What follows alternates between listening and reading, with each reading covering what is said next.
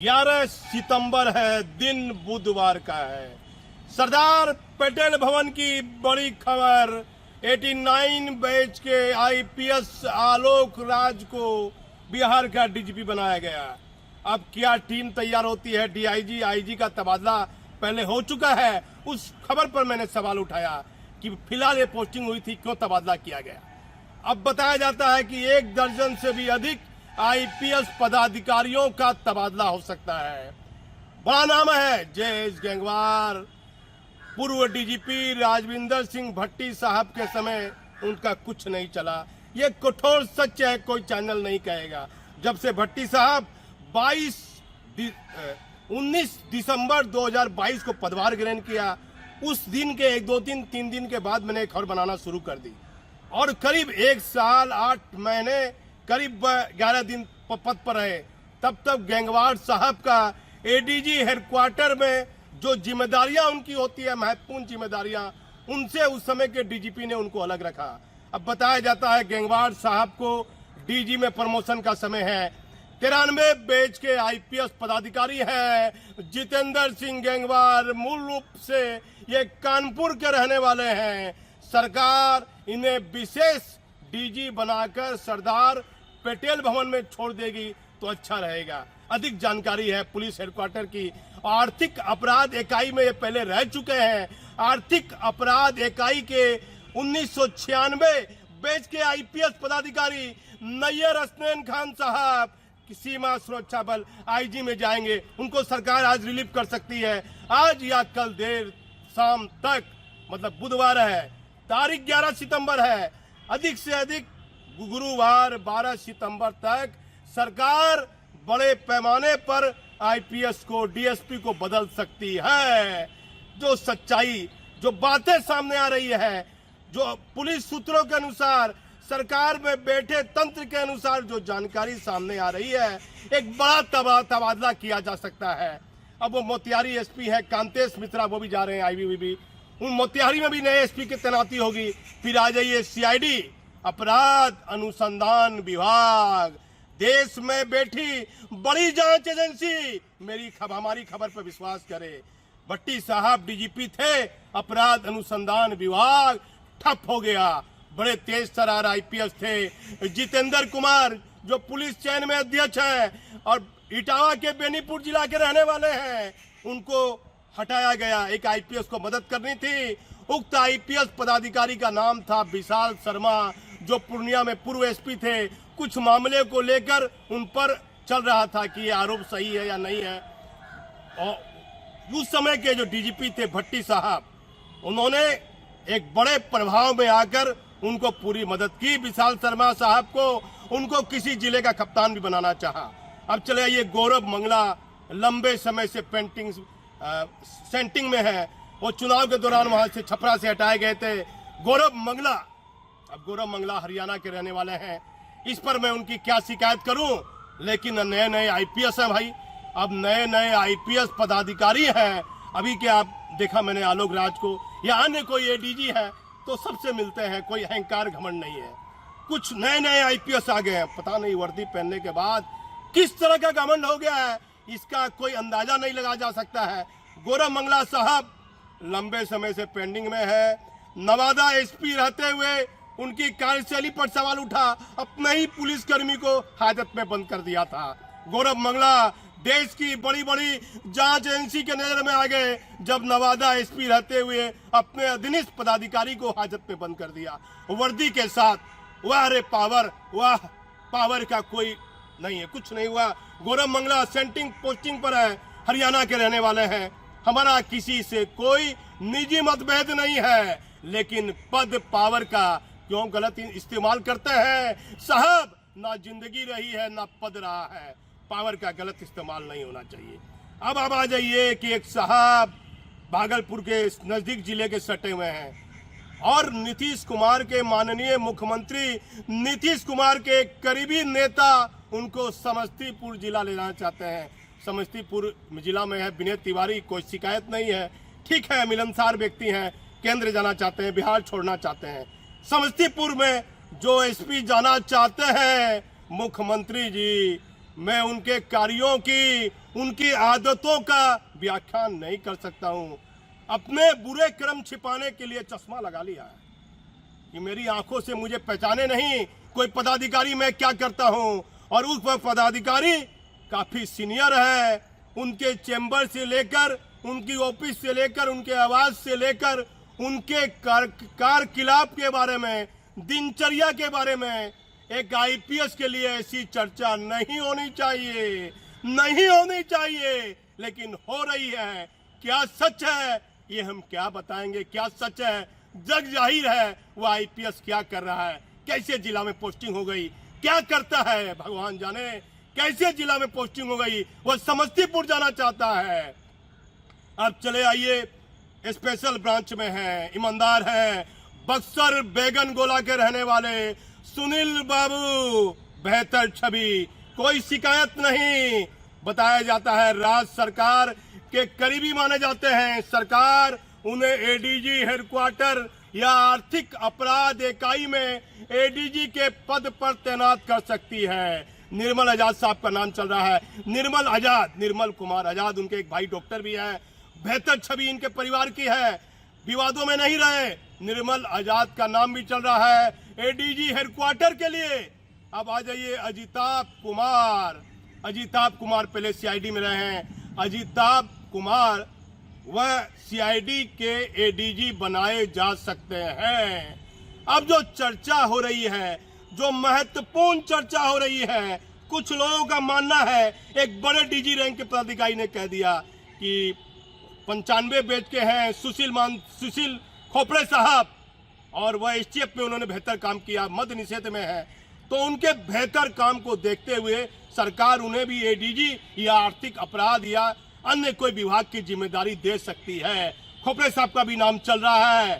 फिर आप आ जाइए, एक बड़ा नाम कमल किशोर सिंह, और एक अमित जैन है, उनका बड़ा सीजन में बड़ा नाम उछला, बड़ा अकाउंट में क्या क्या बड़ा विवादों में रहे, लंबे समय से सेंटिंग में है, 96 बैच के आईपीएस है। अमित कुमार जैन फिर से पावर में आना चाहते हैं, फिर से पावर में आना चाहते हैं। आखिर क्या होगा, क्या अमित जैन पावर में आएंगे, क्या कमल किशोर सिंह को पुनः पुलिस हेडक्वार्टर बुलाया जाएगा। अजिताभ कुमार को बड़ी जिम्मेदारी दी जा सकती है, डॉक्टर निर्मल कुमार आजाद को बड़ी जिम्मेदारी दी जा सकती है, सुनील कुमार को बड़ी जिम्मेदारी दी जा सकती है, सुशील खोपड़े साहब को बड़ी जिम्मेदारी दी जा सकती है। लेकिन ध्यान देना होगा, बिहार सरकार के मुखिया को, नीतीश कुमार को ध्यान देना होगा। एक आईपीएस के बारे में मुझे एक थानेदार ने कह दिया कि भैया पत्रकार आप है, पुलिस पर बड़ा चिल्लाते हैं। एक आईपीएस मुझसे मौसमी मंगा रहा है, मौसमी का जूस में भी पीता हूँ, अच्छा रहता है पीने में, वह मुझे इतना किलो मौसमी मंगा लेता है। बोलो आप क्या, ये कोई शिकायत है? बोला बताइए, मैं थानेदार हूँ, पुलिस इंस्पेक्टर हूँ, मुझसे क्या दरकार है इतनी मौसमी मंगाने की। लेकिन मैं उक्त आईपीएस का नाम नहीं लूंगा। एक आईपीएस थे पूर्णिया में, वह डालमिया चाय पत्ती मंगा लेते थे। बताइए 100 रुपया की चीज है डालमिया चाय पत्ती। 22 बरस पहले अनिल पांडे हुआ करते थे आईजी यहाँ, और एडीजी भी रहे। कहा कि ये मुंशी गलती करता है, चाय पत्ती मंगा लेना, बिस्किट मंगा लेना, सेव मंगा लेना, मौसमी मंगा लेना। लेकिन एक आईपीएस पर पर्दे के पीछे इतने गंभीर आरोप लग रहे हैं कि वो मौसमी मंगा रहा है। कई महत्वपूर्ण खबर है। आज 11 सितंबर से लेकर कल 12 सितंबर गुरुवार को देर शाम तक बड़े पैमाने पर आईपीएस का तबादला हो सकता है। पटना सीनियर एसपी हैं राजीव मिश्रा, राज्य सरकार ने केंद्र से बुलाया, बड़ा भरोसा किया, क्राइम कंट्रोल नहीं कर पाए। बड़ा रुतवा में गया, आलोक राज साहब समीक्षा कर रहे थे, बड़ा चाल चलन, बड़ा एक्टिव। हमको कहा कि आप अंदर मत घुसिए, अरे आप आईपीएस है, कंट्रोल रूम में डीजी जा रहा है, क्यों नहीं पत्रकार अंदर जाएगा। लेकिन क्या करे, आईपीएस है तो कुछ भी कर सकता है, उसको पावर है, पद है, वो फंसा देगा, कुछ भी कर देगा। उसको क्या मालूम कि ये पत्रकार है या क्या है। राजीव मिश्रा बड़ा नाम है, पटना राजधानी में सीनियर एसपी रहते हुए कोई बेहतर काम नहीं। विधि व्यवस्था को लेकर उनकी कार्यशैली पर सवाल उठता रहा। उनके ससुर एक महत्वपूर्ण पद पर रहे, सरकार के करीब माने जाते हैं, ससुर की भी कार्यशैली बढ़िया नहीं रही। राजीव मिश्रा की, अब क्या सरकार राजीव मिश्रा को डीआईजी बन के तैनात करती है, ये कहना कठिन होगा। कौन बनेगा पटना राजधानी का senior SP?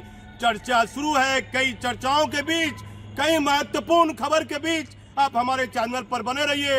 ADG CID, ADG headquarter, आर्थिक अपराध, Motihari SP, Samastipur SP, Patna senior SP सहित कई बड़े आईपीएस पदाधिकारी का तबादला गुरुवार को देर शाम तक हो सकता है। आप हमारे चैनल पर बने रहिए। किसी की प्रतिष्ठा का हनन करना हमारा कार्य नहीं है, हम सच दिखाने का जरिया है। मैं भागलपुर से दीपक नौरंगी। एक दर्जन से भी अधिक आईपीएस का बिहार में गुरुवार की देर शाम तक हो सकता है तबादला।